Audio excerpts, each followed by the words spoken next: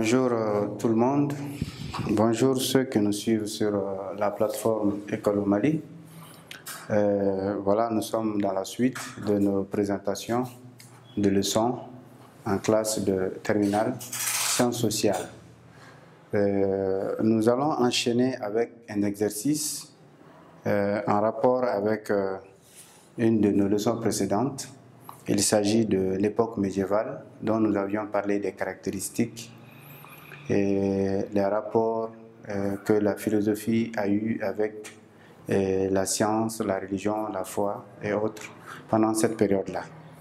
Je voudrais que vous, après avoir suivi le cours, après une lecture très attentive du cours, nous allons procéder à la réponse de quelques questions que je m'en vais vous proposer.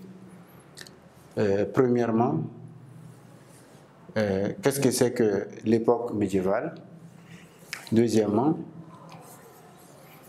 qu'est-ce que c'est que la scolastique? Troisièmement, on va décrire le rapport qu'il y avait entre la philosophie et la religion. Je veux parler de la foi pendant le Moyen-Âge. Et enfin, on va citer quelques grandes figures de la pensée médiévale. Pour cela, comme je l'ai dit, en regardant le cours de près, nous devons être à mesure d'apporter quelques éléments de réponse à ces 4 questions. D'abord, la première question. Qu'est-ce que c'est que l'époque médiévale? Il est bon d'avoir constamment présent à l'esprit que l'époque médiévale, c'est cette période, l'époque médiévale, ou encore Moyen-Âge,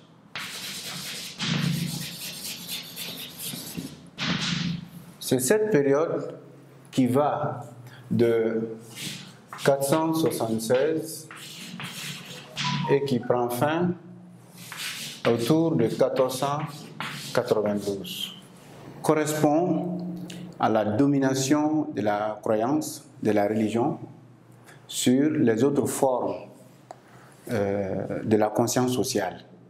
C'est la période pendant laquelle la religion prend le dessus et, au fond, toute la vie de la société est organisée en fonction des dogmes religieux.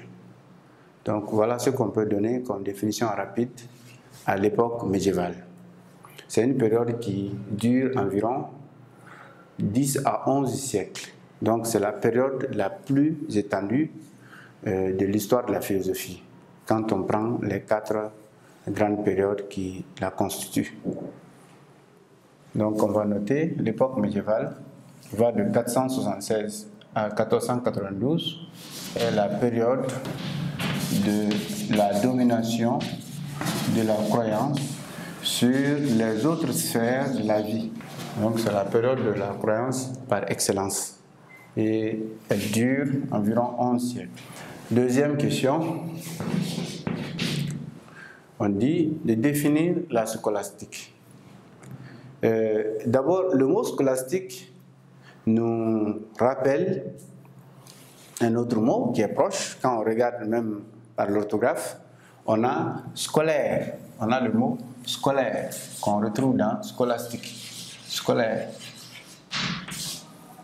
Donc c'est un enseignement, la scolastique c'est un enseignement qui était là au Moyen-Âge et qui s'est caractérisé par sa domination toujours par les dogmes religieux, c'est-à-dire la science, la philosophie, la politique, le droit, la morale, bref, toutes les formes de connaissances étaient enseignées conformément aux exigences des dogmes religieux, que ce soit les dogmes religieux chrétiens ou que ce soit les dogmes religieux musulmans ou les dogmes religieux juifs.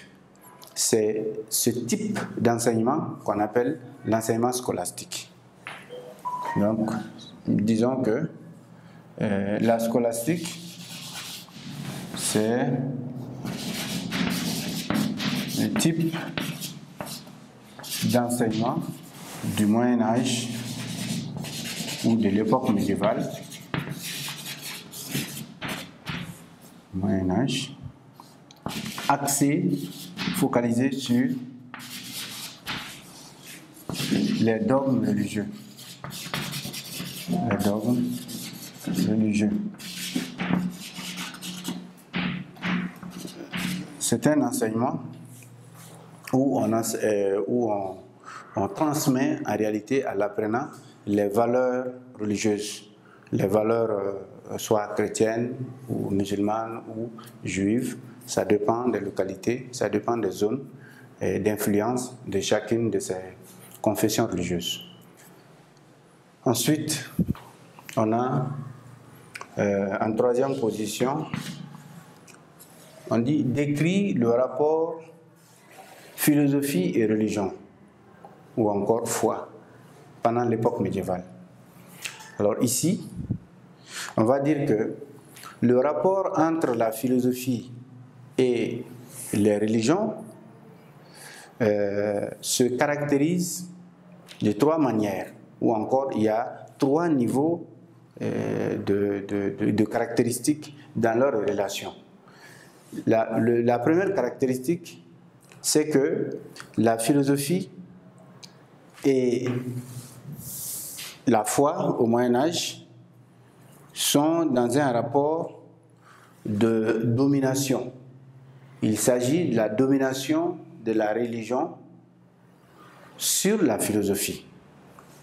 Parce que quand on regarde le haut Moyen Âge, où on est juste de sortir de l'époque païenne, de l'Antiquité, les premiers penseurs chrétiens, tels que Pierre Abélard ou encore Saint Augustin, vont tenter de soumettre complètement la philosophie à la religion. Donc ça, c'est le premier moment ou la première période qu'on constate, où la religion est totalement au-dessus, soumet totalement la philosophie. Et la philosophie est mise au service de la religion. Ça, c'est dans un premier temps. Dans un deuxième temps, il y aura un rapport conflictuel, c'est-à-dire il y aura un contrebalancement entre les deux. Tantôt, on verra des penseurs ici et là qui donnent la primauté à la philosophie. Tantôt, on aura d'autres qui vont essayer de mettre la religion au-dessus de la philosophie. Donc, il y a ce période de tiraillement entre les penseurs. Et le troisième moment, ou un troisième temps, on a une conciliation. On va essayer de fédérer, de faire créer une convergence, comme c'est le cas chez Averroès. Il y aura une convergence entre la philosophie et la foi, c'est-à-dire une sorte d'équilibre, trouver une sorte d'équilibre entre les deux. Donc voilà les trois moments qu'on peut identifier dans le rapport entre philosophie et religion, ou encore philosophie et foi pendant l'époque médiévale. Donc on va mettre en résumé le rapport entre la philosophie et la religion au Moyen Âge comporte trois moments.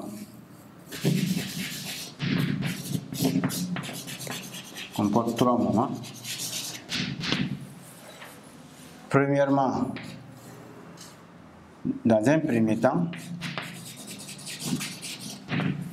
il y a, comme je disais tantôt, un rapport de domination de la philosophie par la religion. Certains penseurs, tels que Saint Augustin, iront jusqu'à disqualifier totalement la philosophie au profit de la croyance, comme on a eu à le dire par le passé, quand il dit par exemple, il faut croire d'abord, puis comprendre. Donc cela veut dire que la raison discursive est mise de côté au profit de la foi, de la croyance. Il faut d'abord croire, puis chercher à comprendre. Ensuite, le deuxième moment, le deuxième temps, on a un rapport conflictuel où la philosophie s'insurge par moment contre la foi. Contre la foi. C'est par exemple à Vicenne, où on voit qu'il y a une totale indépendance de la philosophie vis-à-vis de la foi. Et le troisième moment, où en un troisième temps, on a un rapport de convergence entre les deux. C'est-à-dire, on tente de faire une conciliation entre philosophie et religion. L'exemple ici, c'est saint Thomas, pour qui, par exemple, il n'y a pas de disqualification de la philosophie, mais il y a plutôt un rapport de complémentarité entre philosophie et religion, puisqu'il faut quand même être doté de raison pour pouvoir croire, pour pouvoir pratiquer la religion. Donc, en ce moment, il tente de trouver un terrain d'entente. C'est la même chose que Averroès aussi fera, en quelque sorte, en conciliant, en trouvant un terrain d'entente entre philosophie et religion. Il pense que si conflit il y en a, ce n'est certainement pas lié ni à la religion, ni à la philosophie, mais plutôt à la compréhension, sinon même la mauvaise compréhension que des personnes elles-mêmes plutôt, peuvent avoir vis-à-vis de la religion ou vis-à-vis de la philosophie. Sinon, ces deux formes de connaissance ne sont pas en contradiction, ne sont pas antinomiques. Voilà, c'est en gros ce que l'on peut dire par rapport au rapport entre la philosophie et la religion pendant l'époque médiévale. Maintenant, la dernière question, la quatrième, on dit, cite quelques grandes figures de la pensée médiévale. Si nous observons bien le cours précédent, on a eu à lister un certain nombre de penseurs médiévaux. On a cité, entre autres, saint Thomas, on a cité saint Thomas, saint Augustin,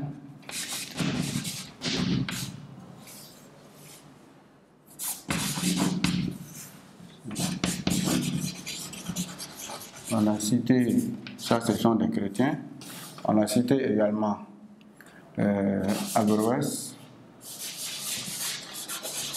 Ibn Rachid, on a cité Avicenne, on peut ajouter Al-Ghazali, on peut ajouter aussi Avant-Pass, Ibn Bajjah, Maïmonide pour les Juifs, etc. Donc la liste est longue. On a énormément de penseurs pendant l'époque médiévale qui tous interviennent soit en tant que philosophe, ou en tant que théologien, ou en tant que simplement prêtre. Donc ça varie selon les tendances, mais en général, tous ceux qui sont d'obédience philosophique, c'est-à-dire tous ceux qui se réclament de la philosophie, pour la plupart, ce sont les théologiens pendant l'époque médiévale. Ce sont les théologiens qu'on appelle les philosophes pendant l'époque médiévale. Ou simplement, ce sont des prêcheurs, tout court. Donc c'est en gros ce qu'on peut dire à titre de rappel sur l'époque médiévale. Voilà ce qu'on retient de cette séance d'exercice. Maintenant, chacun revisera et pourrait éventuellement se rappeler en profondeur, dans les détails, ces différents éléments que nous venons d'expliquer.